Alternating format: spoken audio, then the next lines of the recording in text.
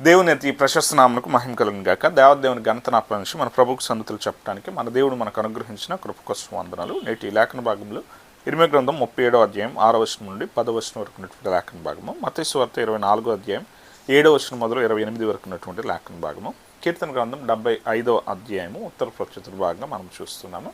నేటి శీర్షిక మోసపోకుడి. ఈరోజు మన జీవితాలలో మనము ఆలోచన చేయాల్సిన సత్యం ఏమిటంటే, మనను మోసపుచ్చే విధానంలో ప్రతి విధానాలు ఉన్నా కూడా, ఏ కార్యాలు ఉన్నా కూడా మనం మోసపోకుండా ఉండాలంటే మనకు కొంచెం అవగాహన ఉండాలి, విచక్షణ ఉండాలి. జరుగుతున్న విషయాల పట్ల ఒకంత శ్రద్ధ ఉన్నటువంటి స్థితులు మనకు ఉండాలి. ఆ స్థితి మనకు ఉన్నప్పుడు, జరుగుతున్న తీరు అర్థమైనప్పుడు మనం మోసపోకుండా మనం జాగ్రత్త పడతాం. వచన భాగాల్లో ఉన్నటువంటి లేఖనాలని మనం చూస్తున్నప్పుడు 24వ అధ్యాయంలో, మత్తయి సువార్త 24వ అధ్యాయంలో మనము ఒక పెరికోపెక్కి కంటిన్యూషన్గా ఈ మాటలు చూస్తున్నాం. 24వ అధ్యాయం 4వ వచనం చూస్తూ ఉంటే, యేసుక్రీస్తు ప్రభువారు ఈ మాటలు చెప్పి, ఎవరును మిమ్మల్ని మోసపుచ్చకుండా మిమ్మల్ని మీరు చూచుకొనండి అనేటువంటి మాట అక్కడ వర్ణింపబడినటువంటి స్థితి మనం చూస్తూ ఉంటాం. దానికి కొనసాగింపుగానే 7వ వచనంలో మనం చూస్తూ ఉంటే, దేవుని ఆగమనంలో జరగబోయేటువంటి సూచనలు చాలా చెప్పినటువంటి తీరులు ఉన్నాయి. ఆ సూచనలకు ఎలాంటి స్థితి అంటే, జనం మీదకి జనము, రాజ్యం మీదకి రాజ్యము లేచును, అక్కడక్కడ కరువును, భూకంపములు కలుగును, ఇవన్నీ వేదనలకు ప్రారంభము. ఇదిగో వేదనలకు ప్రారంభమయ్యేటువంటి స్థితిగా ఈ స్థితిలో ఉండి, అక్కడ కూడా భూకంపాలు కలుగుతూ, కరువులు కలుగుతూ, జనం మీదకి జనము లేస్తూ, ఏమాత్రం కూడా మనుషుల్లో ప్రేమ లేకుండా ప్రేమ చల్లారిపోయేటువంటి విధానాలు ఉంటాయి. ఇవన్నీ కూడా ఎప్పుడంటే ఆయన ఆగమనానికి ముందు జరిగేటువంటి సూచనలుగా ఉంటాయి. ఇవన్నీ జరిగే విధానాలు వస్తూ ఉన్నా అంతం వెంటనే రాదు. ఎన్నో విషయాలు అనుభవించాల్సిన స్థితులు ఉన్నాయి, ఇబ్బంది పడాల్సిన పరిస్థితులు ఉన్నాయి. ఇవన్నీ జరిగిన తర్వాత అప్పుడు అంతం వచ్చే పరిస్థితి ఉంటుంది. ఈ స్థితులు ఎలాంటివి అంటే, మానవుని వైఖరిలో మనం జ్ఞాపకం చేసుకోవాలి. ఈరోజు శాంతి స్థాపన కోసం యుద్ధం అంటే ఆలోచన చేయాలి. నిజంగా ఎప్పుడో జరగబోయే పరిస్థితుల కొరకు ఉగ్రవాదం అది ఎంతగానో రేగుతుంది. దాన్ని అణిచివేయటం కోసం నేను శాంతిని స్థాపించడానికి యుద్ధం మొదలుపెట్టా. ఈ మాటలు ఎలా అయితే మనం వింటున్నామో, నిజంగా వారికంటే వీరే ఉగ్రవాదులుగా కనపడుతున్న పరిస్థితిగా నేటి స్థితులు కనబడుతున్నాయి. ఇవన్నీ ఎందుకోసం అంటే, ప్రభువు చెప్పిన సూచనలే. ఖచ్చితంగా జనం మీదకి జనం లేవటానికి కారణం ఏమిటి అంటే, అది ప్రేమ చల్లారిపోవటం. మన బ్రతుకుల్లో మనం ఆలోచన చేయాలి. ఏమాత్రం హాని చేయకుండా ఉండాల్సిన స్థితి నుండి హాని చేసే స్థితిలోనికి మానవుని వైఖరి అది పెరిగిపోతూ వస్తుంది. కారణం ఏమిటి అంటే, ఇది ఖచ్చితంగా మానవుని అంగీకరించలేని మనస్తత్వమే. యేసుక్రీస్తు ప్రభువారు ఈ మాటలు ఎప్పుడో చెప్పారు. అంతేకాదు, ఇంకా మనం జ్ఞాపకం చేసుకుంటూ ఉంటే, ఎవరెవరు శ్రమ పడాల్సిన పరిస్థితి ఉంటుందో, ఎలాగున్న అబద్ధ ప్రవక్తలు వచ్చి క్రీస్తు అక్కడ ఉన్నాడు, ఇక్కడ ఉన్నాడు అనేటువంటి మాటలు చెప్పే విధానాలు, ఇంకా వారు మోసపుచ్చటానికి వారు సహితం ఎన్నో గొప్ప కార్యాలు, సూచక్రియలు, అద్భుతాలు చేస్తారు. ఇవన్నీ ప్రభువు ముందుగానే చెప్పినటువంటి మాటలు. అందున ఈ శ్రమలు కలిగే అప్పుడు మరింత వేదన పడే పరిస్థితులు మనం చాలా చూస్తాం. దానిలో ఇంకా కష్టం ఎవరిది అని అంటే, పాలిచ్చే తల్లులకు అది మరింత కష్టం అనే మాట ఇక్కడ చెప్పబడింది. 19వ వచనం చూస్తూ ఉంటే, అయ్యో ఆ దినంలో గర్భిణులకు పాలిచ్చు వారికి శ్రమ. అంటే ఆలోచన చేయండి, ఆకలి కేకలు ఎంత తారస్థాయికి విధిలో గాజా పరిస్థితి ఉందో మనం చూస్తూ ఉంటే, ఒక చిన్న రొట్టె అది ఎప్పుడు దొరుకుతుందో తెలియదు. ఇప్పుడు తింటే మరలా 2 రోజులు దొరకవచ్చు, 3 రోజులకు దొరకవచ్చు. ఆ చిన్న రొట్టె ముక్కతో వారు ఆకలి తీర్చుకోవాలి. ఇలాంటి పరిస్థితిలో అక్కడ స్థితి ఉంటే, మరి పాలిచ్చే తల్లి పరిస్థితి ఎలా ఉంటుంది? ఎలాగైనా గర్భిణీల పరిస్థితి ఎలా ఉంటుంది? అది మరింత వేదనగా ఉండే పరిస్థితిగా స్థితులు ఉంటాయి. ఇలాంటి వేదనలు ఎన్నో చూడాల్సిన పరిస్థితి వస్తుంది. అంతేకాకుండా ఇదిగో క్రీస్తు ఎలా అంటే, వెలుగు కనబడే తీరు మనం చూస్తుంటే, ఒక దిక్కులో పుట్టి మరొక దిక్కు వరకు కూడా ఆ వెలుగు కనబడుతుంది. మనమేమనుకుంటామంటే, అది వేరొక దిక్కులో కనబడుతుంది కనుక అక్కడే క్రీస్తు ఉన్నాడు అనుకుని అటుగా పరిగెడితే, వాస్తవానికి క్రీస్తు ఉన్నది ఎక్కడ అంటే మరొక దిక్కులో. అంటే ఈ తీరు ఎలా అంటే, అది ఎప్పుడు మనకు అర్థమవుతుంది? మనకు నిజంగా జరిగే సంగతులను గురించినటువంటి ఆలోచన, విచక్షణ, జరుగుతున్న విషయాల పట్ల ఒక శ్రద్ధ ఉండి వాటిని తర్కించి చూడగలిగినప్పుడు మాత్రమే మనకు అర్థమవుతుంది. కానీ మన స్థితి అలా ఉందా అంటే, ఈరోజు అలాగనున్న పరిస్థితి లేదు. మోసం చేసేవాడి మాటలే ఎక్కువ నమ్ముతాం. వాడి మాటలు ఎలా ఉంటాయంటే, మనకి చాలా ఖచ్చితంగా వీళ్ళకు చాలా ఇంపుగా ఉంటాయి, చాలా చక్కగా మాట్లాడే స్థితిలో ఉంటాయి. దాన్ని బట్టి మనం ఏం చేస్తామంటే, లోనున్న మనసు అది వేరుగా ఉన్నా పైకి నవ్వుతూ మాట్లాడే ఆ మాటలకు మనం పడిపోయి మనం మోసపోతాం.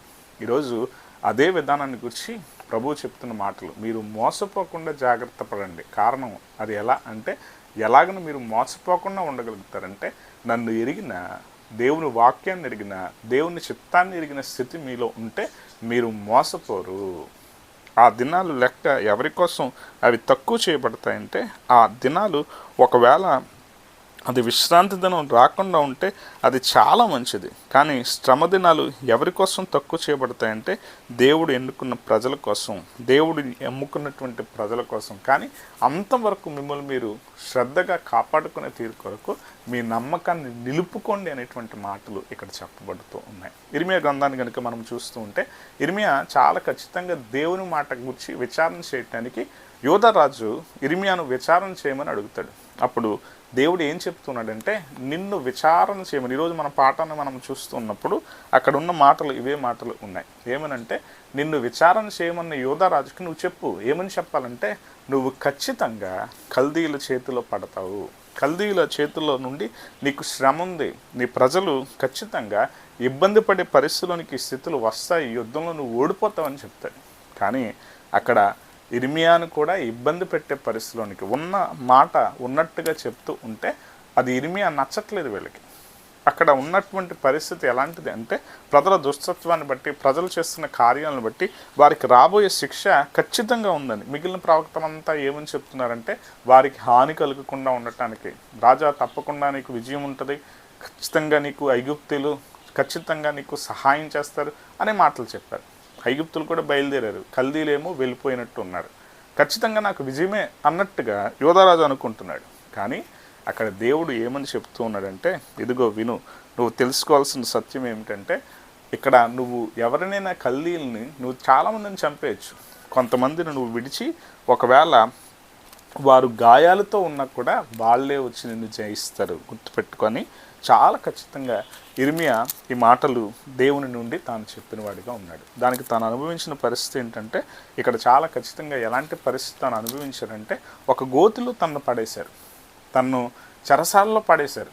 ఇర్మియా దేవుని మాటను ఖచ్చితంగా చెప్పినందుకు తాను పొందుకున్న స్థితి ఏంటి అంటే, నువ్వు కల్దీలకు చెందినోడివి, నువ్వు ఎట్టి పరిస్థితుల్లో కూడా మావాడివిగా ఉన్నావనుకోవటానికి నిన్ను చూచే పరిస్థితి లేదు అని ఇర్మియాను ఎంతగానో బాధించినటువంటి పరిస్థితి వారు జరిగించిన వారుగా ఉన్నారు. ఈ మాటలను ఎంత ఖచ్చితంగా చెప్పడం మనం చూస్తూ ఉంటే, ఇర్మియా గ్రంథం 37వ అధ్యాయంలో 6వ వచనం నుంచి ఈ మాటలు మనకు కనబడతాయి. అప్పుడు యెహోవా వాక్కు ప్రవక్త అయిన ఇర్మియాకు ప్రత్యక్షమై ఇలాగూ సెలవిచ్చాను, ఇశ్రాయేలు దేవుడు యెహోవా ఆజ్ఞ ఇచ్చున్నదేమనగా, నా యొద్ద విచారించిన నిన్ను నా యొద్దకు పంపిన యోధారాజుతో నీవిలాగూ చెప్పవలను, మీకు సహాయం చేటుకై వచ్చుచున్న ఫరోదండు తమ స్వదేశమునకు ఐగుప్తులోకి తిరిగి వెళ్ళును. ఖచ్చితంగా ఫరోదండు నీకు సహాయం చేయదు, వారు వెళ్ళిపోతారు, నువ్వు చాలా ఇబ్బంది ఎదుర్కొంటావు. 9వ వచనం, యెహోవా ఈ మాట సెలవిచ్చుచున్నాడు, కల్దీయులు నిశ్చయముగా మా యొద్ద నుండి వెళ్ళుదురనుకుని మిమ్మల్ని మీరు మోసపుచ్చుకొనకుడి, వారు వెళ్ళనే వెళ్ళరు. ఇదిగో మిమ్మల్ని మీరు మోసపుచ్చుకుంటున్నారు. ఏమనంటే, మీరేమో విరుద్ధ కార్యాలు చేసి, మీరేమో మీ ఇష్టం వచ్చినట్టు మీరు ప్రవర్తిస్తూ ఉండి, ఇదిగో నా కృప మీకు ఉందని మీరు అనుకుంటున్నారు, నేను దయ చూపిస్తున్నాను అని అనుకుంటున్నారు. అంతేకాకుండా నేను దయ చూపిస్తున్నానో లేదు అనేటువంటి విషయాల్లో నా దగ్గర మొరపెట్టడం మానేసి మీరేం చేస్తున్నారంటే, ఐగుప్తుల దగ్గర సహాయం అడుగుతున్నారు. మిమ్మల్ని ఐగుప్తు బానిసత్వం నుంచి విడిపిస్తే మీరు వారి సహాయాన్ని కోరి మీరేం చేస్తున్నారు అంటే, నన్ను తక్కువనిగా చేస్తున్నారు. మీరు చేసే ఈ కార్యాలకు మీకు శ్రమ రాబోతుంది అనే మాట ఇర్మియా ద్వారా దేవుడు చెప్తూ ఉంటే చాలా చక్కగా ఈ మాట ఉంది. మీరు చూస్తూ ఉంటే 10వ వచనంలో, మీతో యుద్ధం చేయు కల్దీలు దండు వారిని అందరినీ మీరు హతము చేసి వారిలో గాయపడిన వారిని మాత్రమే మిగిలించినను, వారే తమ గుడారంలో నుండి వచ్చి ఈ పట్టణమునకు అగ్నితో కాల్చివేయుదురు. ఈ మాటలు చెప్తే ఇక్కడ ఈ మాటలు విన్నటువంటి వ్యక్తులలో ఇరియా అను కావలి వారి అధిపతి ఒకడున్నాడు. అతడు ఏం చేస్తున్నాడంటే, అతడు 13వ వచనంలో మనకు కనబడతాడు. ఇరియా అను కావలి వారి అధిపతి ఒకడు ఏం చేశాడంటే, ఇర్మియాను పట్టుకుని, ఇర్మియా అది అబద్ధము, నేను కల్దీలలో చేరబోవటలేదనను, కల్దీల్లో చేరినోడు నువ్వు, అందుకోసమే నువ్వు ఇలాంటి మాటలు మాట్లాడుతున్నావు అంటే ఇర్మియా చెప్తున్నాడు, లేదు లేదు ఇది దేవుని మాట అని చెప్తూ ఉన్నా కూడా వినకుండా ఇరియా ఏం చేశాడంటే, ఇర్మియాను ఎంతో బాధించి ఇబ్బంది పెట్టి కొట్టి తనను తీసుకుని వెళ్ళి చెరసాల గోతిలో పడేశాడు. ఇవన్నీ కూడా ఎలా అంటే దేవుని కోసం న్యాయంగా నిలబడితే కొన్నిసార్లు మనకి ఏమి ఎదురవుతుందంటే, యోధరాజు విచారణ చేయమన్నాడు, దేవుడు సెలవిచ్చాడు, ఆ మాట చెప్తూ ఉన్నాడు, కానీ ఆ మాట వీరికి ఎలా ఉందంటే వీరికి అనుకూలంగా లేదు. ఈరోజు మన పరిస్థితులు కూడా అంతే. ఏదైనా కొన్ని సంగతులు మనకు అనుకూలంగా లేకపోతే మనం ఏం చేస్తామంటే వేరుగా ప్రవర్తిస్తాం. చెప్పమన్న దేవుని మాట దేవునికి వ్యతిరేకంగా మనం ప్రవర్తించిన దానికి శిక్షగా ఉంది అనేటువంటి స్థితి మనకు అక్కర్లే. మనకేం కావాలంటే మనం తప్పు చేసినా మనకు మేలు జరగాలి. ఈ విధానం అక్కడ యోధారాజు ప్రవర్తించాడు. యోధారాజు మరల సెలవిచ్చి, ఇర్మియా నేను విచారణ చేయమన్నాను, దేవుడు ఏ మాట చెప్పాడు అని అడుగుతూ ఉంటే తాను చెప్తూ ఉన్నాడు, ఇదిగో నేను చెప్పిన మాట ఏంటి అంటే దేవుడు ఇదే మాట సెలవిచ్చాడని చెప్పాడు. చెప్పి ఇదిగో నన్ను మరల ఆ గోతిలో పడేయొద్దు, నన్ను సంహరించడానికి నీ వారు నువ్వు చేస్తున్న కార్యాలు నీ తప్పుల వల్ల అనేటువంటి మాట చెప్తూ ఇర్మియా తనతో మాట్లాడితే కరువు కాలంలో కూడా దేవుడు ఇర్మియాను పోషించాడు. ఏం చేశాడు అంటే, ఆ రాజు యోనాతాను ఇంటిలో ఉన్నటువంటి చెరసాల బందీగృహమైనటువంటి ఆ గోతిలో కాకుండా వేరే చోట తనని బందీగృహంలో 21వ వచనంలో, కాబట్టి రాజైన సిద్కియా సెలవీగా బంటులు బందీగృహ శాలలో ఇర్మియాను వేసి పట్టణంలో రొట్టెలున్నంత వరకు కూడా రొట్టెలు కాల్చువారి వీధిలో నుండి అనుదినము ఒక రొట్టె అతనికిచ్చుచూ వచ్చిరి. ఇట్లు జరుగుగా ఇర్మియా బందీగృహంలో నివసించాను. కష్టకాలంలో కూడా దేవుని కోసం ఖచ్చితంగా నిలబడిన కారణంగా ఇర్మియా ఎలా ఉన్నాడంటే, ఇర్మియా కరువు కాలంలో కూడా పోషింపబడుతూ అనుదినము రొట్టె తాను పొందుకునే తీరులో బందీగృహంలో తాను ఉన్నాడు. ఇక్కడ మనం జ్ఞాపకం చేసుకోవాలి, మనం ఎలా అంటే మనకు అనుకూలంగా ఉన్న వాటిని వినటం వల్ల మనము చేసే తప్పిదాలను గురించినటువంటి స్థితులు మన ఆలోచనలోకి రాక మనం మోసపోతాం.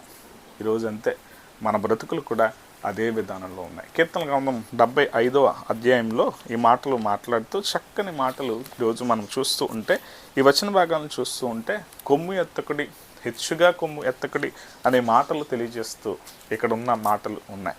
ఎలా అంటే మన గర్వం, అహంకారులకు నేను సెలవిచ్చినది ఏమనగా అనే మాటలతో ఈ మాటలు వివరితం అవుతూ ఉన్నాయి. 4వ వచనం, అహంకారులై ఉండకుడని అహంకారులకు నేను ఆజ్ఞించున్నాను, కొమ్ము ఎత్తకుడి, ఎత్తుగా కొమ్ము ఎత్తకుడి, పొగరు పట్టిన మాటలాడకుడి అని భక్తిహీనులకు నేను ఆజ్ఞ ఇచ్చుచూ ఉన్నాను. భక్తిహీనులు ఏం చేస్తారంటే ఇవే సంగతులు చేస్తారు. అహంకారంతో ఉంటారు, కొమ్మెత్తిన మాటలు మాట్లాడతారు, చాలా గర్వంగా ఉంటారు. అదంతా వారి భక్తిహీనతకు నిదర్శనం. దానికి ఉన్నటువంటి స్థితి ఏంటంటే 8వ వచనంలో చక్కని మాట మనం చూస్తున్నాము, సంభారంతో ఉండిన పాత్ర, ఆ పాత్ర సంభారంతో నిండి ఉన్నది. యెహోవా చేతిలో ఒక పాత్ర ఉన్నది, అందులో ద్రాక్షరసం పొంగుచున్నది, అది సంభారంతో నిండి ఉన్నది. ఎలా ఉందంటే చాలా వింతగా ఉందంట.